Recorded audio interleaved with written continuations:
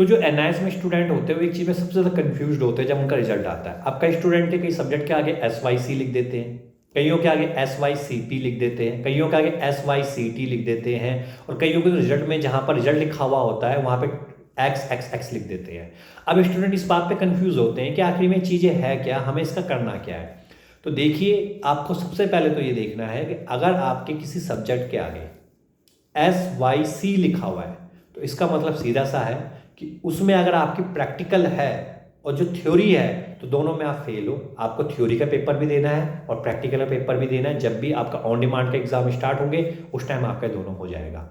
Second चीज, अगर आपका किसी के आगे SYCT दे रखा है, T मतलब थ्योरी, तो आपको सिर्फ थ्योरी का पेपर देना है, प्रैक्टिकल में आप पास हैं, बस आपको थ्योरी का पेपर देना है। थ्योरी में पास हो जाएंगे तो आपको वहाँ पे पास घोषित कर दिया जाएगा।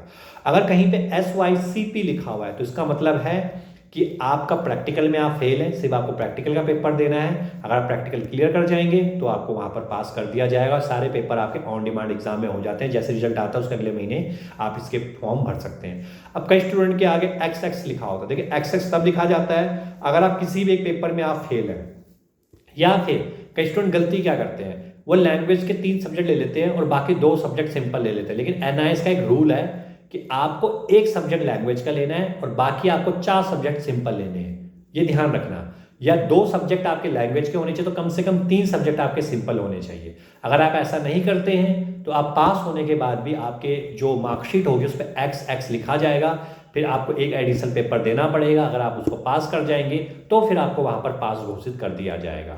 तो ये आपको मेन इंपॉर्टेंट हमने बात बता दी है, क्योंकि इस तरह के स्टूडेंट बहुत ज़्यादा कन्फ्यूजन में रहते हैं। अब आपको एक चीज़ क्लियर कट हो गई है ताकि किसी भी स्टूडेंट को कोई दिक्कत ना आए।